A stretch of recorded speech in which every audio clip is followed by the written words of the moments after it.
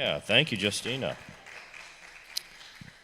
All righty. Good morning. Welcome to Westminster Presbyterian Church, online and in person. We have a few things to highlight for you. The first is the obvious, and that's the mums around the room. And if you came in through the colonnade, you cannot miss them. There are over 40 mums. They're $25 each, and they are a fundraiser for the Baja trip. The dates are already set for next year, July 13th through the 19th. And so if you would like this and help yourself get ready for fall, please take a look at the details of how to pay and who to pay, and take a mum home with you today.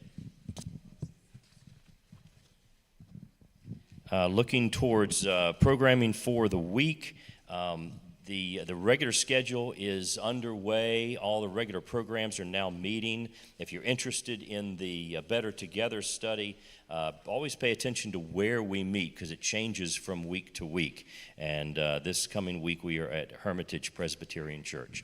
And so always look in the what's happening this week's schedule, and it'll tell you where we're going to be each week. There's also a brand new, I'll say brand new. There's a teen drama team, and Parable Players is our name. We've been around for a while, but it's a new time and date. We now meet on Mondays from 4 to 5, and that is for teens, any age, 6th through 12th grade. Got a WOW program, WOW, coming up this week.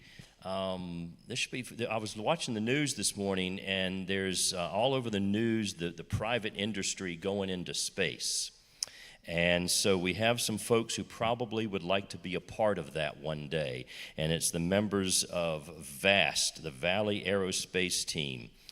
Chartered section of the National Association of Rocketry. So something should be fun there for all ages. And so that is part of the WOW program this week. And dinner with Tammy and Debbie Debbie Mines doing the meal this week. And finally, make sure you have on your calendar next week, September 22nd, we have a congregational meeting right after church, right after the 10:30 service. So several things for your calendar this week, and again, welcome you to worship at Westminster. Well, good morning. Today is a special Sabbath day. We are welcoming Peter Aguda from Nigeria. He is the program director for CISCOPE, which stands for Civil Society Coalition for Poverty Eradication. He is staying at Keith and Betsy's Airbnb here in the big town of Fishersville, and then sharing time with us in Waynesboro and Stanton, along with some of our northern Presbyterian friends. He'll be in Opequon Presbyterian Church tonight, and then throughout West Virginia as well. Last week, Peter spent time with 8 other international peacemakers who are from different countries such as Fiji, Costa Rica, Hong Kong, and Bethlehem. And they spent time learning about the good work that they are doing for God in our world and how they're going to share that in the United States. And so they gave their presentations to one another, they shared fellowship and prayed for one another, and then they dispersed out. And so Peter arrived here in Charlottesville on Friday. He enjoyed the big town of Waynesboro and enjoyed a sunset at Sunset Park. And during dinner on Friday with Reed and I asked him, "What is your favorite food in Nigeria?" And Masoka, guess what he said? He said fufu. Yes, and so we are grateful that some of us know what fufu is. If you are not familiar with this dish, it almost looks like a potato cake. It's made from either corn or different types of flour, and you take off a bit of it, roll it in your hand, and then put it with some soup or sauce and swallow it whole.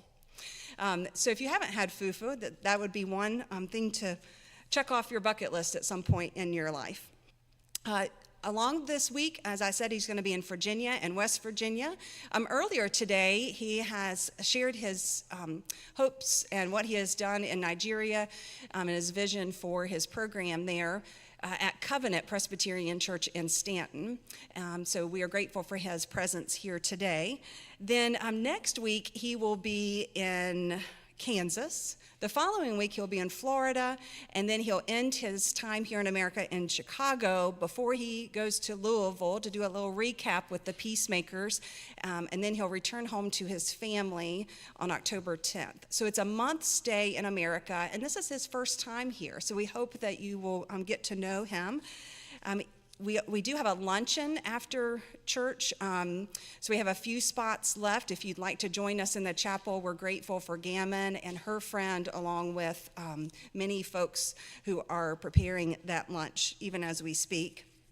We did hear that Peter liked to fish, and so he has lots of different hobbies and things that we have in common, even if we live 17 hours from each other. You know, in talking with Peter on the back porch on Friday, he talked about some of the funding that he receives. And he has received funds over the last 6 years from Presbyterian Church USA programs such as the Self-Development of People, the Presbyterian Disaster Assistance, and the Presbyterian Hunger Program. You probably know better about the Presbyterian Hunger Program through our 5 cents a meal offering, where that offering that we take up on a monthly basis serves hunger needs locally, nationally, and internationally. 25% of those funds that we collect here every month goes to the Presbyterian Church Food Bank at First Pres, and then the other 75% goes to our presbytery for national and international hunger needs. And one of those programs that is internationally funded is, and gifted money is Peter's program that you will hear later on today. So we're grateful for Westminster and for many churches in our area that fund not only local mission, but national and international. We have learned that from various conversations with Peter prior to arrival that he is Catholic, and so last night he worshiped with our Catholic friends at St. John the Evangelist in Waynesboro and met Father Francis, who is from Uganda, and they took him out to Tony's Pizza and enjoyed a time of fellowship. And my friend Sarah McCoy, who's a cantor there, had a good time with Peter, with her family as well, and got to know him. And one question I thought that was interesting is, how did the Presbyterians bring you here to America? And so he talked about the International Peacemaking Program, which has been going on for 40 years. And every year, Presbyterians have brought peacemakers to our area so that we can learn from them and we can grow in our wisdom and understanding of the good work that God is doing. And it's my understanding this is probably the first time that Westminster has had a peacemaker in worship. And so we're grateful that we have Peter from Nigeria here, that we can learn from him. And if you have some questions, we'd hope that you'd be able to share some time with him during our lunch. As we approach our peace prayer and just a time of prayer to draw close to God, I did receive a message from the Reverend Dr. Tommy Carrico, who is at Finley Memorial Presbyterian Church, one of our Better Together churches that we serve with. And he shared that his father is good friends with the Reverend Dr. Fred Holbrook. And many of you all know Fred. He served in our area and has said that yesterday Fred went to UVA for some pretty serious heart issues, but that's all that they're hearing at this point, but wanted to make sure that our Presbyterian churches and community is praying for Fred and Laura, which we will do in our time today and will continue in the week ahead. So let us now turn to God in prayer. Gracious God, we come together to worship you in truth and in spirit. We draw close in our community to lift our praises to you and widen our mercy toward the world. We bring before you the disunity of today's world, the absurd violence, the many wars, which are breaking the courage of the peoples of our world, human greed and injustice, which breed hatred and strife, and champions of climate change. Send your Spirit and renew us. Teach us to be compassionate towards the whole human family. Strengthen the will of all those who fight for justice and for peace, and give us that peace which the world cannot give. We especially pray for healing mercies upon Fred Holbrook. Abide with Fred and Laura this day, and may they feel your loving presence surround them. We also ask that you would bless Peter Aguda for his time among us. May your Spirit give him the words that he needs to say, and may we in return have listening ears and receptive hearts. We make this prayer in the name of Christ our Lord. Amen. I ask you to join with me in the call to worship. This comes from Luke chapter 1, verses 78 through 79. By the tender mercy of our God,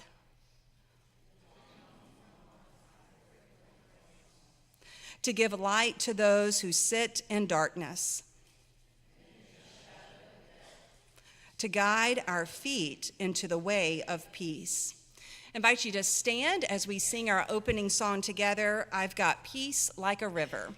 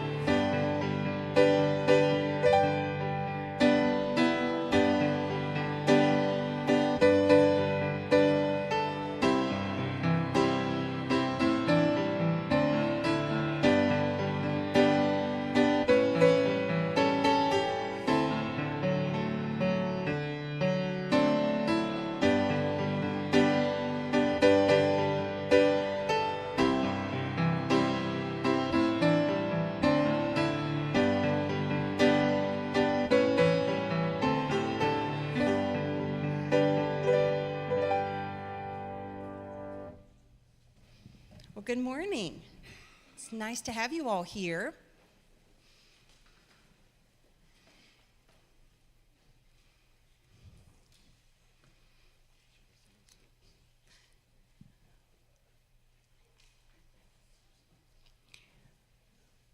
Good morning. Hey, friends. Well, I want to introduce you to a new friend. And his name is Peter, and he is sitting right here on the front row. And he is from Nigeria. His father, Francis, is from Uganda, who's at the Catholic Church. But I wanted to see if we could find where Nigeria is on this globe. Yeah, it took him 17 hours to get here. I wonder where we could find Nigeria. Let's come over here. Do you all know what continent Nigeria is on? No, it is in Africa. So let's see. Here's Africa right here. Can we find Nigeria? It's blue. Can we find a blue? Right there. There it is, Nigeria. Okay, now, someone keep their finger on Nigeria, and we're going to go all the way over here. So he took a plane right there. He flew all the way over here to America. Can anyone find Virginia? It is blue as well. Huh, isn't that creative? I love how God works. So that's how long it took from here to here was 17 hours in a plane to come and visit us. Okay, thank you very much. Well, I wanted you all to know a little bit more about Peter and his family, and we've got some pictures up on the slide so that our congregation can see, but I'm going to show you some pictures here because his family back home might be even watching us on the live stream. Is that not cool how technology works? And so we're going to introduce you to some of his family that might be watching today. So here is Peter at his son Godfrey's graduation at 17. You see him in the graduation cap and gown. And then this is his wife, which is Lucy. And Godfrey is 17 in this picture. And then let's see if we can see a little bit more of his family. So that's at a special occasion. Do we take pictures at special occasions here in America? Yes. So here's at church. They're all dressed up going to church. So here's Lucy, the mom, his wife, in the middle. Then we have Godfrey in the white shirt. We have Francis in this cool red hat. And then we have a 6-year-old Lois. Is anyone 6 years old here?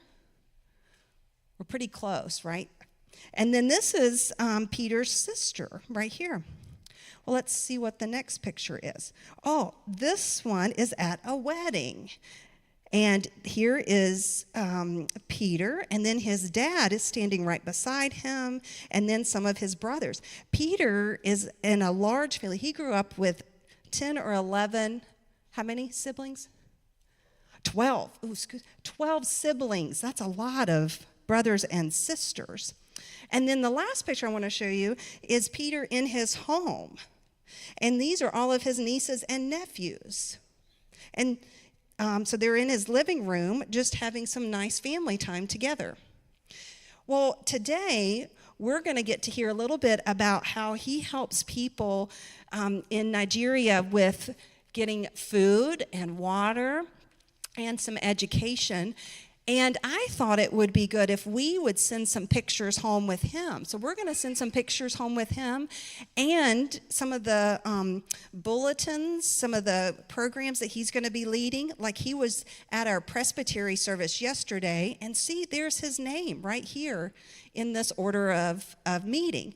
He was at Covenant Presbyterian Church earlier this morning, and then we'll put Westminster's bulletin in here too, so that he can have some memories from Virginia, and then when he goes to Kansas next week, he can put some more memories in there as well. And I was wondering if you all could draw some pictures for him you can go back to the playground today, and you could draw some pictures of what you would like for him to take home to his family. And you could write your name on them, write how old you are, and share, what are the things that you love about God? What are some things that you would like for Peter to know and about this country and what you love about your home? Because he's going to be telling us a little bit about his home today. So I'm going to give these. Veronica, would you mind taking those back for everybody? And before we go, I thought it would be kind of fun if we took a big group picture. Okay, because Peter is going to be showing these pictures to his family, but to also people back in Nigeria. So if we can ask Peter to just come right out front here, Keith is going to take a big group picture of our whole church. So we're going to invite everybody to stand, and we'll get a group picture. You don't have to move, you just stand. So we're going to have Peter right here, and all the kids come over here, and you stand in front of Peter.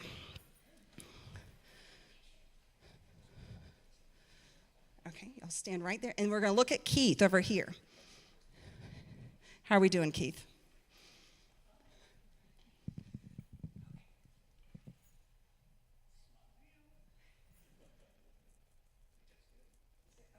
Okay, let's pause right here. Can everybody hold a hand with Peter and we'll share our prayer together?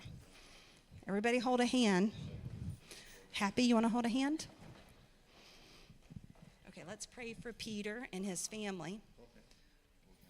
Here you go, Adrian. You want to hold Happy's hand? There we go. Okay, now repeat after me. Ready? Dear God, we thank you for your love. We ask you to bless Peter and his family and the good work he is doing for God in Nigeria and around the world. Amen. Thank you all.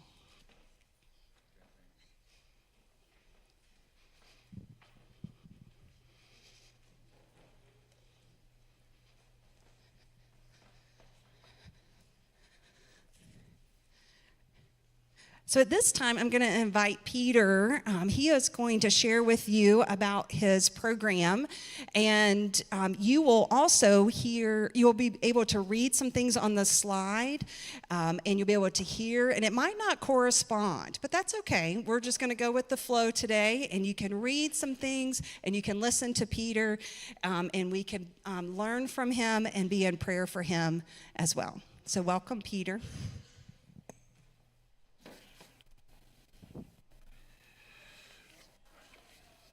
Good morning to everybody. Can you hear me? Good morning. Yeah, thank you, April. And again, before I start, let me thank everybody for having me here. I've been here since on Friday, and it's been a wonderful experience, me going around, meeting people, sharing the message of peace and hope for all of us as people living on this planet. My name is Peter Michael Eguda. I'm from Nigeria. I'm from a state called Kogi State. It's one of the 36 states or 36 federating units in Nigeria. I'm from a very large family. I have 12 siblings. My mom had 11 of us. I'm the first of my mom. And my stepmom had one son who is my elder brother. So I have 10 siblings after me. We have 8 boys and 4 girls. I'm married. I have a son who is 17 years old. He just passed through secondary school, what you call a high school here. He's 17 years old. He will be 17 in November. My second son will be 9 in November, on November 24th. His name is Francis.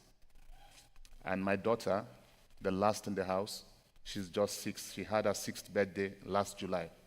And I have my wife, her name is Lucy. I'm a Christian, but of the Catholic denomination. But we are all serving one God. So I want to thank you for giving me this opportunity to share my work with you.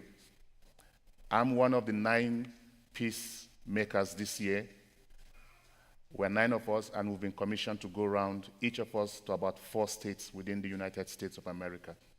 This is my first time in the U.S., and I'm making use of the opportunity given to me to talk to people, talk to folks in the church for all the wonderful work you have been doing. I work for an organization called the Civil Society Coalition for Poverty Eradication, CISCOP. CISCOP is a grouping of over 80 non-governmental organizations who came together to work as a platform to influence policies of government in my country, Nigeria. That is the work I do. I facilitate, I advocate, I implement projects, and I am a humanitarian aid worker as well. So CISCOP has given me a lot of opportunity across my country to walk around, influencing policies of government, supporting people in rural communities who are affected by natural or human-induced disaster. That is my work in a nutshell. Now let me let you into my country, Nigeria. I know a lot of you may not have known Nigeria, even though it is the largest black nation on the earth in Africa. The largest concentration of black people in the world is in Nigeria. Our population size is 220 million blacks living in Nigeria. Total size of our landmass, 385 square miles. And that means the total size of California, Nevada, and Utah put together is the size of Nigeria. We are so large. We have over 250 ethnic tribes. Major religion is Islam and Christianity. You can never tell which is the most. We have Muslims and we have Christians, and sometimes some families have both Christians and Muslims. The population size that we have most of our population, the significant number of our population, 60% are made up of young people. They are below the age of 30 downwards. They constitute the majority of the population of Nigeria. What else should I tell you about my country? We are one of the largest oil-producing country in the world, 7th largest oil-producing country in the world. We have lithium, cobalt, graphite, gold, limestone, iron ore, and a large landmass with good weather for agricultural purposes. These are some of the potentials and resources that we have in my country, adding to the human resources. In terms of education, Nigeria parades some of the best brains academically. Even some of the surgeons in the United States, you find Nigerians among them. We are a blessed nation. We are blessed indeed. But have our resources worked for us? These are the issues. Have we been able to utilize our resources for the betterment and the growth of the citizens and humanity in general? The answer is no. Have we been able to call up ourselves as a nation to support humanity? The answer is still no. So we are bedeviled with a lot of issues. Poverty is so high in my country. Poverty is so high. Inflation is high, 350% as we speak. Children who are out of school in my country is about 8.5 million out of school children.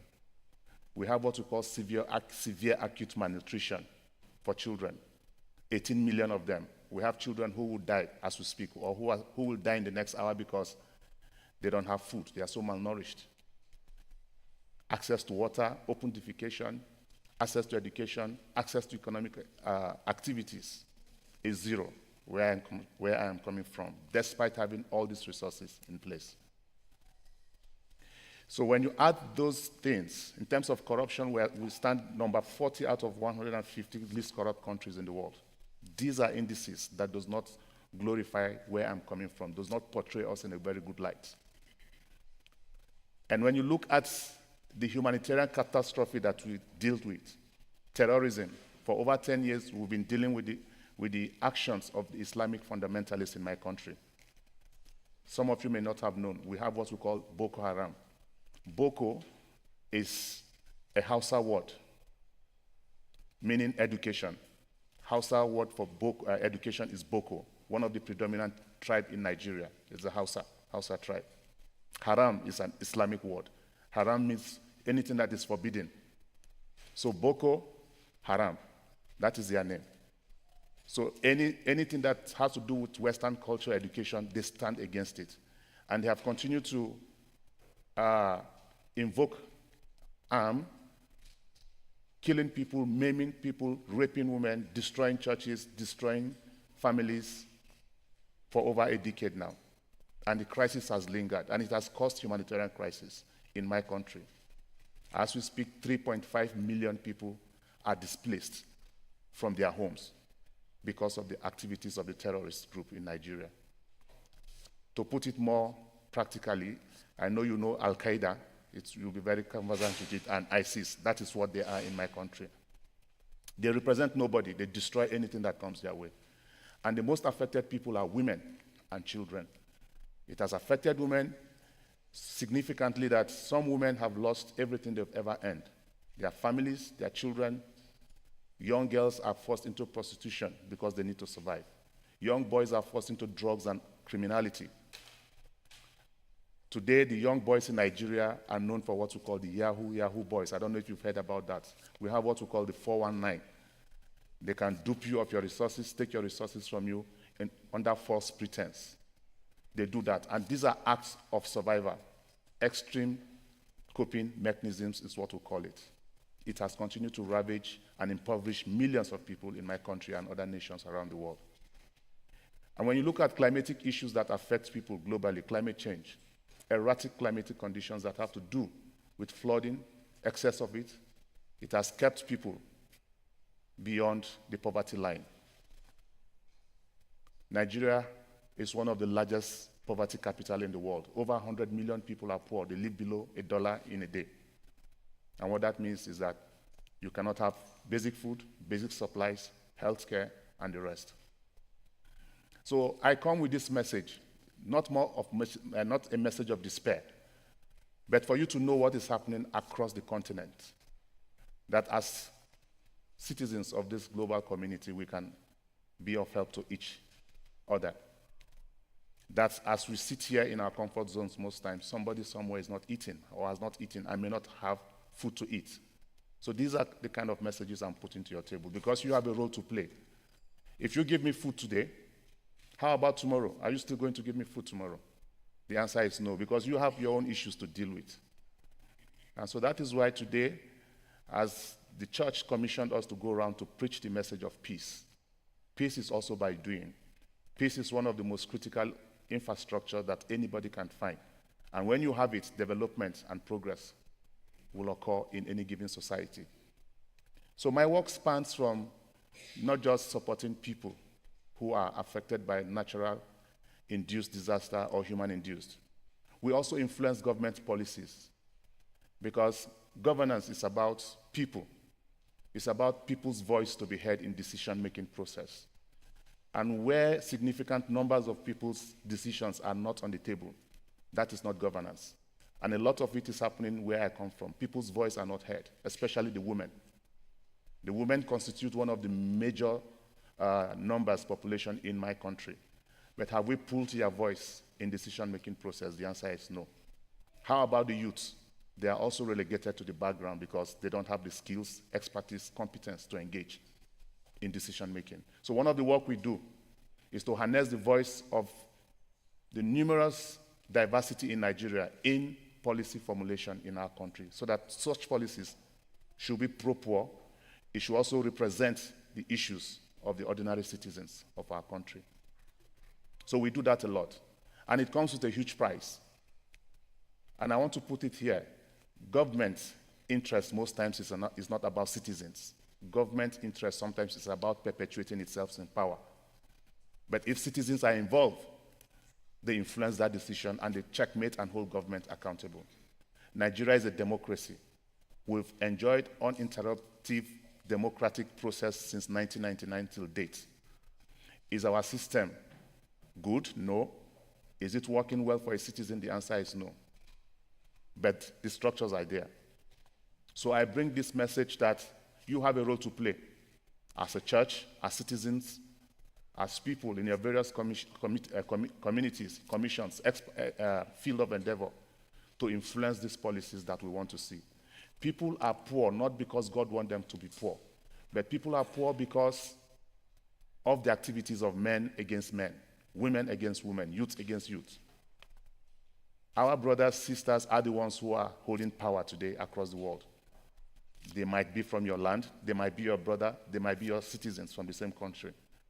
Are they really representing us the way they should? And that is why the church should not remain aloof.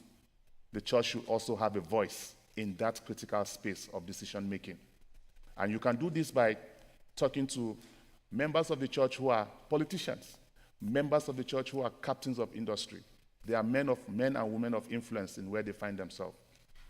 As they work, as they do their business, as they churn out policies for human race, such policies should be policies that should support people, that should help people, that should uplift people from the level of pains they are, from where they are, to a status of progress and development. The church has supported my work in Nigeria. Since 2019, when I came across the church in Nigeria, specifically, there are 3 arms of the church, development arms that I've worked with. the Presbyterian Hunger Program, the Self-Development of People, and Presbyterian Disaster Assistance. They have supported my work since 2019 till date. Sometimes we construct water pumps in communities that are affected. One of the slides here will show you a borehole that contains 12,000 liters of water. You will not understand why water is so critical in life, because in this part of the world, you just press the button and water will flow from the tap. But where I'm coming from, getting water is a big deal. Sometimes you travel like 2, 3, 5 miles to access water.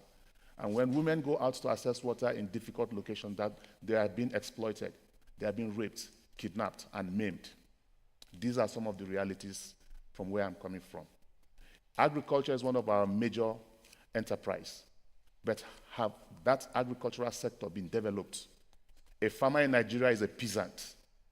The structure is not developed to a level where it can even fetch money back to the farmer. Nobody invests in it.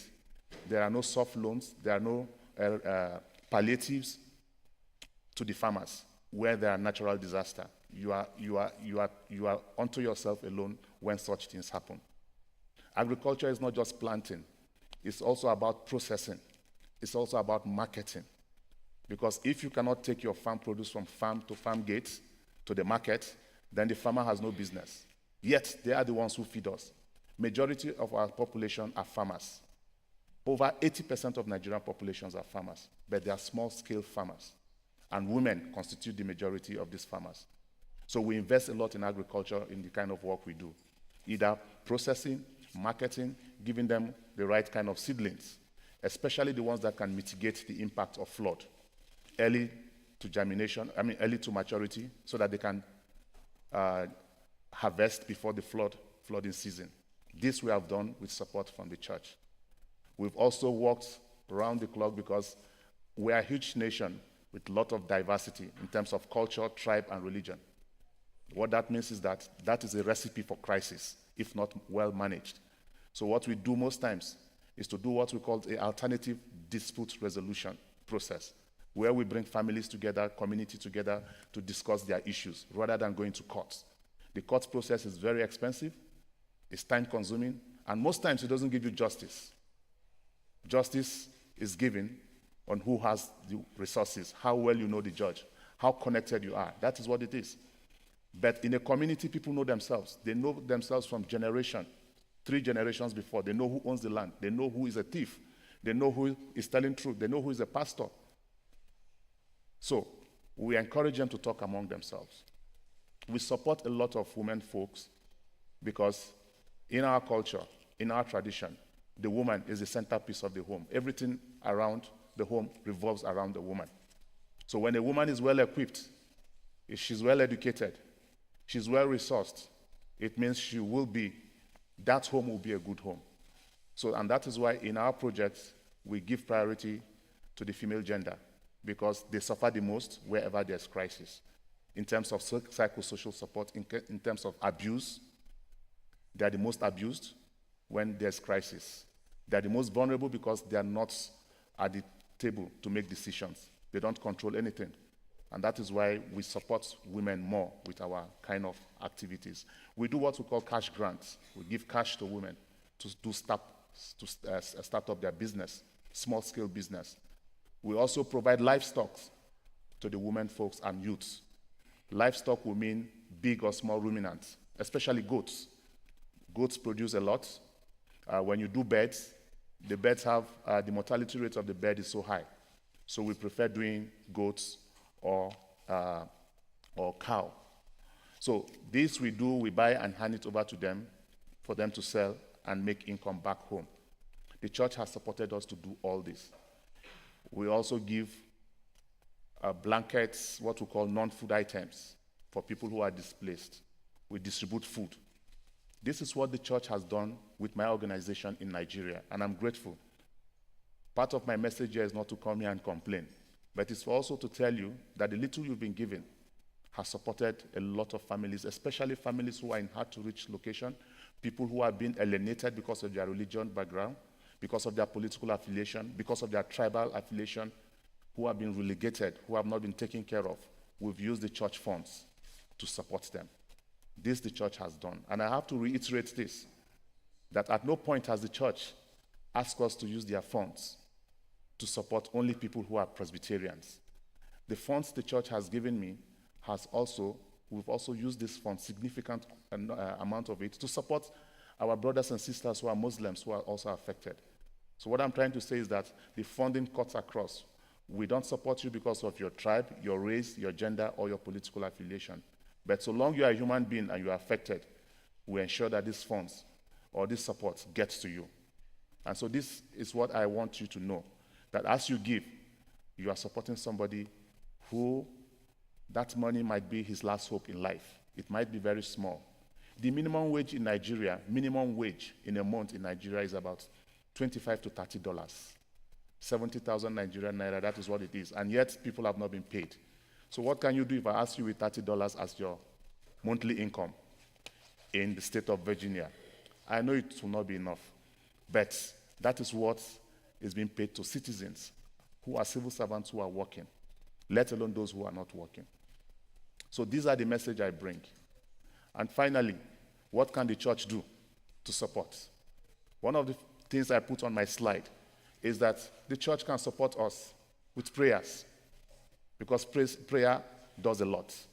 We are surviving in Nigeria because of prayers, not because of any human skills. Because if anybody should be subjected to what we pass through in my country, I'm not sure if you'll be alive. We live without power, without electricity, without good roads. So the church should remember us in prayer, not just Nigeria, but countries who are affected by conflict.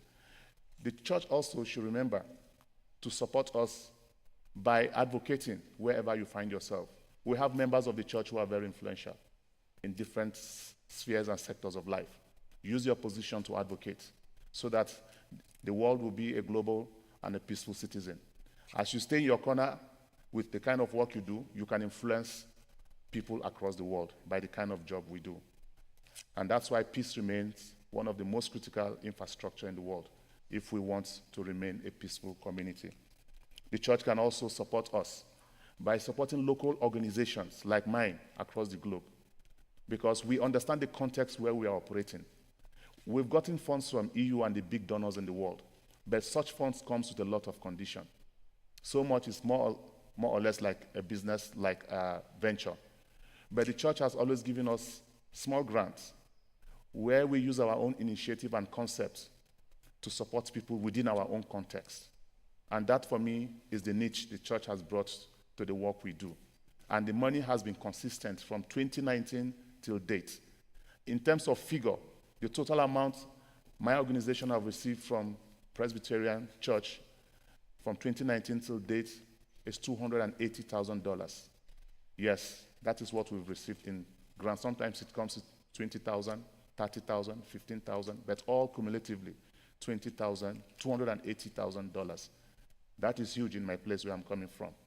So I want to encourage us that as we stay here and we pray, we have brothers and sisters who are across the globe, either Asia, Latin America, Africa, anywhere in the world, who are suffering, and they can be uplifted by your actions, your prayers, your influence.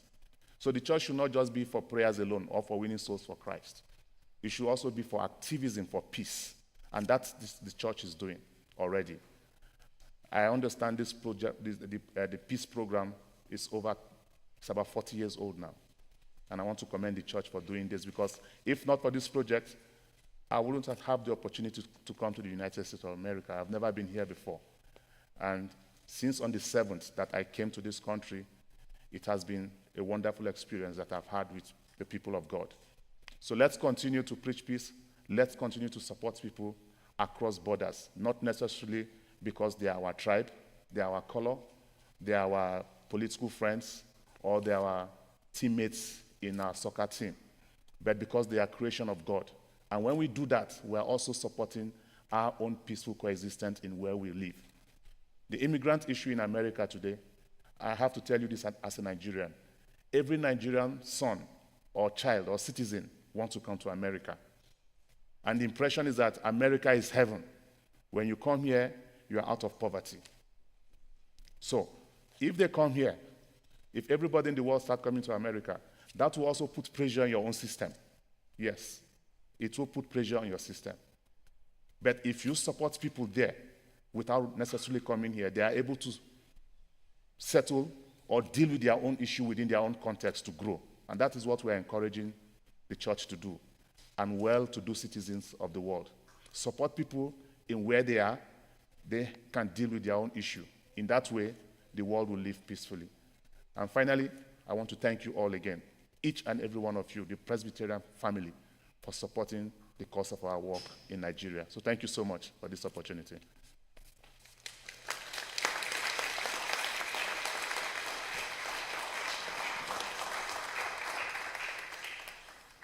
Earlier at Covenant this morning, we heard lots of information from Peter, but we also heard this scripture from Psalm 34 that I'd like for us to consider as well. Come, my children, listen to me. I will teach you the fear of the Lord. Whoever of you loves life and desires to see many good days, there we go. Let's say that. Let me say it one more time. Psalm 34, 11 through 14. Let us hear these words. Come, my children, listen to me. I will teach you the fear of the Lord. Whoever of you loves life and desires to see many good days, keep your tongue from evil and your lips from speaking lies. Turn from evil and do good. Seek peace and pursue it. As we continue to worship God, we will take this time to offer our tithes and offerings.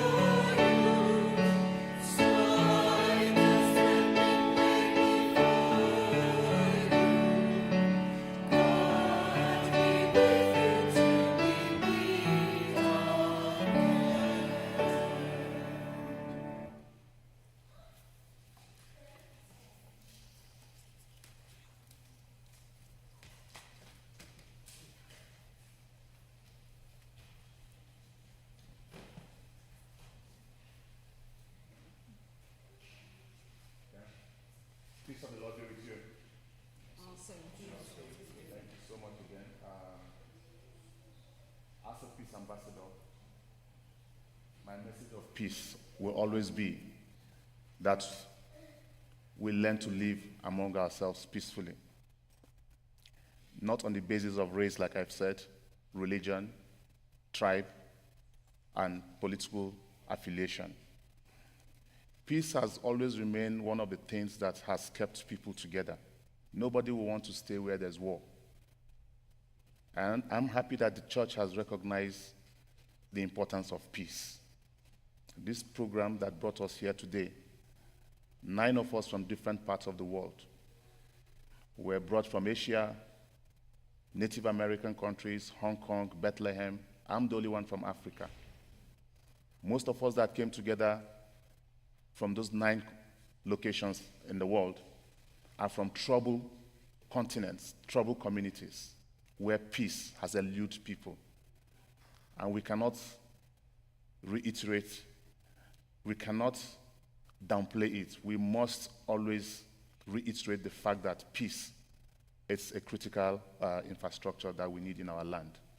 More also that our Lord and Savior Jesus Christ is a merchant of peace. He espoused peace. When he was asked, if somebody slapped you, what will you do? It was stated that you should turn your next cheek for you to be slapped, not because you don't have the power to slap the person back, but because in being humble, meek, and accommodating to people, you are also showing what is called strength. And so for me, peace should be what we should all espouse, and the love of God.